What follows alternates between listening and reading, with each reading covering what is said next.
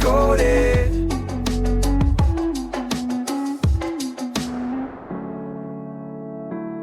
Welcome back to Book Decoded. This time we're diving into a fascinating exploration of depression through the ages with A Cure for Darkness by Alex Riley. Yeah, this book really takes us on a journey, doesn't it? Riley doesn't just give us the historical facts. He weaves in his own personal experiences with depression, which I thought made it all the more powerful. It's like he's taking us along with him on this search for understanding. So where does this journey begin? Well, Riley starts way back in ancient Greece with the whole idea of black bile. Ah, yes, the humoral theory. Exactly. It's funny how these ancient ideas still kind of linger in our language, right? We still talk about feeling melancholy, which literally means black bile. It's amazing how those ideas stuck around for so long. I mean, they really believed that an imbalance of these humors, blood, phlegm, yellow bile, and black bile, Oh, yeah. could explain just about everything that went wrong with the body. Too much black bile. Yep. You're feeling down in the dumps. I can't even imagine undergoing some of those treatments they used back then, like bloodletting to get rid of excess black bile. Seriously, who thought that was a good idea? Well, I guess it makes sense in a way if you really believe that black bile is the root of the problem. But it just goes to show how much our understanding has changed. It really does. Yeah. It makes you wonder, what did people actually experience during those treatments? Did they ever feel better? That's a good question. Hard to say, isn't it? But I think it's important to remember that they were working with the knowledge they had at the time. Oh, absolutely. It's like looking through a different lens at the world. Yeah. And Riley highlights that so well, He doesn't judge those early attempts. Yeah. He helps us understand them in their historical context. Absolutely. And speaking of different perspectives, Riley talks about this Roman physician, Claudius Galen, who tried to categorize melancholia even further. Oh, yeah. He was building on those Greek ideas, but added his own twist, right? Right. Like Galen suggested that melancholia could even be a gassy disease originating in the gut. A gassy disease. It sounds kind of funny now. It does. But it's interesting when you consider the research today about the gut-brain connection. Oh, wow, yeah. I mean, maybe Galen was onto something, even if his explanation wasn't quite right. That is wild. Makes you think what we believe today, that might seem totally out there in a few hundred years. Oh, I'm sure there's plenty. But moving on from ancient Rome, Riley takes us into the early Islamic world. Oh, right. And we meet some real trailblazers, like this physician named Abu Zaid al-Balkhi. Okay. He was recognizing different types of depression way before modern classifications. Really? Centuries ahead of his time, huh? He talked about what we would now call reactive depression, triggered by outside events, and then this other kind, more like what we now think of as endogenous depression. So originating from within. Right. And he stressed how important psychological factors were. Oh, interesting. So he was already moving beyond those purely physical explanations. Exactly. He even advocated for treatments that focused on understanding the root causes, not just treating the symptoms. So while Europe was still stuck on the black bile idea, Islamic physicians were exploring the mind's role in depression. It really highlights that progress isn't always a straight line. It's like these pockets of knowledge were developing all over the world. Yeah, and sometimes they converged and sometimes they were just lost to history. But even though we started seeing these new insights, that black bile theory, it just wouldn't go away. It's amazing how some ideas just have this staying power. Yeah, like even when evidence contradicted it, people still clung to that black bile explanation. So how did we finally break free? Well, that's where things get even more interesting.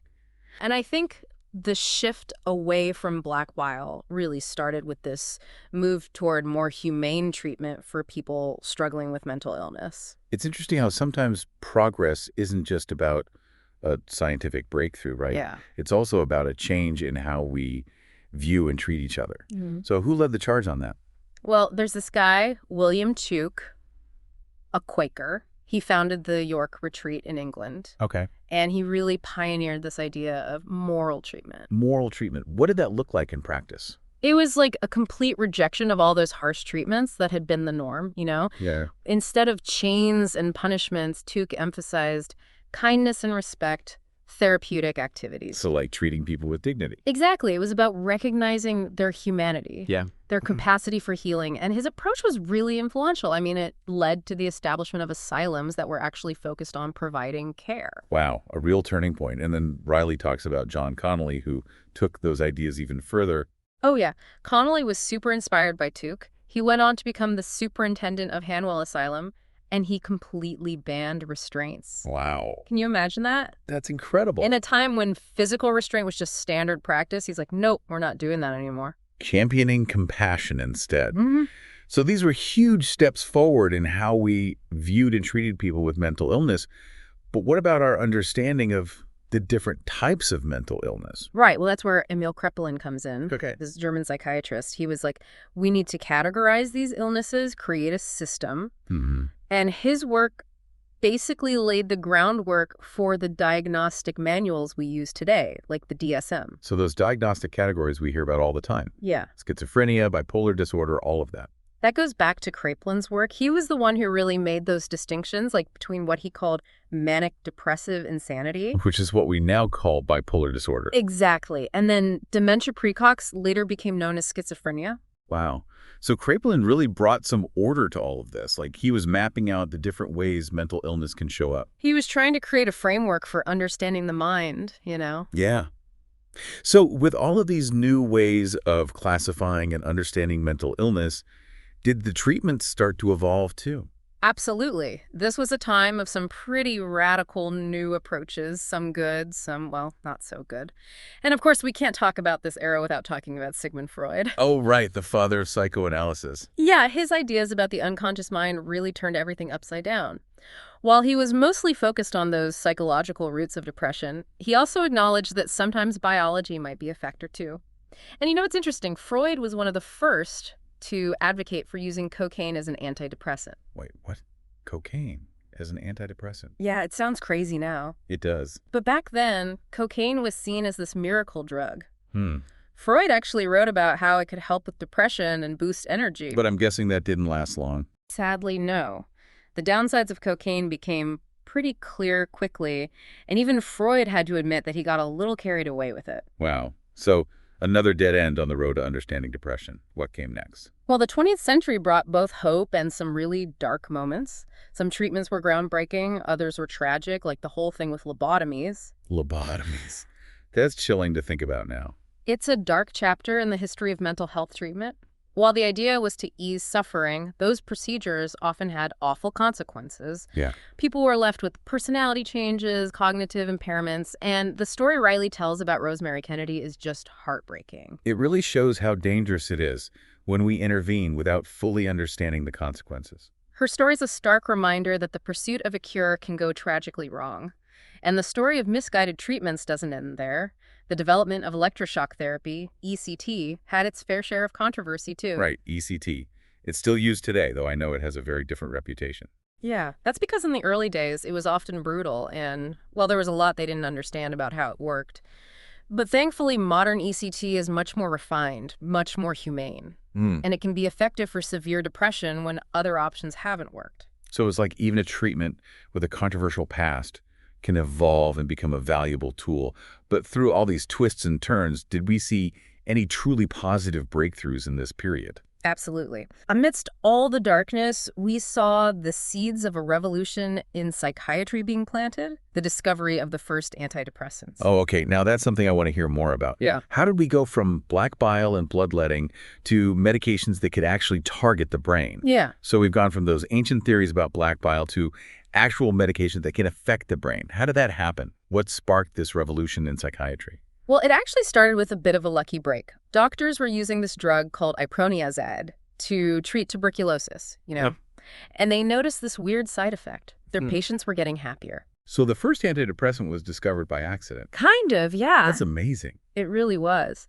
And this discovery led to more research, and eventually they developed improbine, a tricyclic antidepressant, which became a really important treatment for depression.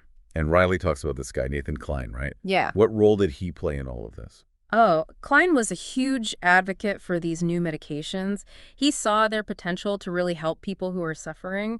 He basically ushered in this whole new era of treatment. It's mind-blowing going from bloodletting to drugs that can target specific things in the brain. It is. But Riley doesn't stop there, right? He also talks about all these new forms of therapy, like cognitive behavioral therapy. Right, because it wasn't just about medication. Yeah. Aaron Beck, he was this pioneer in cognitive therapy. He really challenged those Freudian ideas. Hmm. His focus was on identifying and changing those negative thought patterns. Yeah. And his work led to CBT. Right. Cognitive behavioral therapy, which I've heard so much about.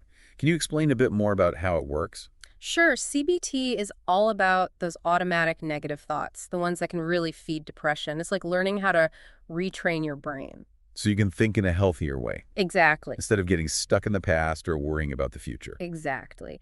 And Riley also highlights the work of Myrna Weissman, Okay. a pioneer in interpersonal therapy, or IPT. She really emphasized the importance of social connections and relationships. It makes sense when you think about it. Right. Our relationships can have a huge impact on our mental health. Exactly. And IPT helps people address those interpersonal issues that might be contributing to their depression, like grief or conflict in relationships.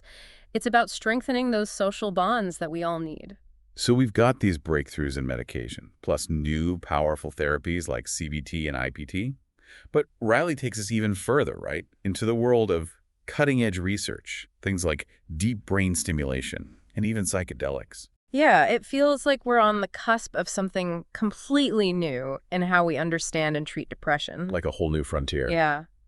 And the work of Helen Mayberg with deep brain stimulation is fascinating. Hmm. She's actually mapping those brain circuits involved in depression and then using electrical stimulation to change how those circuits work. Wow, that sounds almost like science fiction. Is this a potential cure we're talking about? Especially for those who haven't responded to other treatments. It's still early, but the results are definitely promising. And then there's all this renewed interest in psychedelics. Okay, now this is definitely a controversial topic. What's the thinking behind using psychedelics for depression? Well, there's research that suggests that when psychedelics are used in a controlled therapeutic setting, they can help people shift their perspective in a profound way. Hmm. It's like they can break free from those rigid thought patterns that keep them trapped in depression. It's incredible to think about how far we've come in understanding depression. From those ancient theories to the research happening today, it feels like Riley has really taken us on a journey. He has, and I think what makes A Cure for Darkness so compelling is that it's not just a dry history lesson. Riley weaves in his own personal experiences, his own struggles with depression, and that makes it all the more powerful. It's a reminder that the search for answers, the search for healing, it's something that connects us all. Mm-hmm. And even though there may not be one single cure for darkness, the pursuit of knowledge, compassion, and these innovative approaches continues to give hope to those struggling with depression. Absolutely.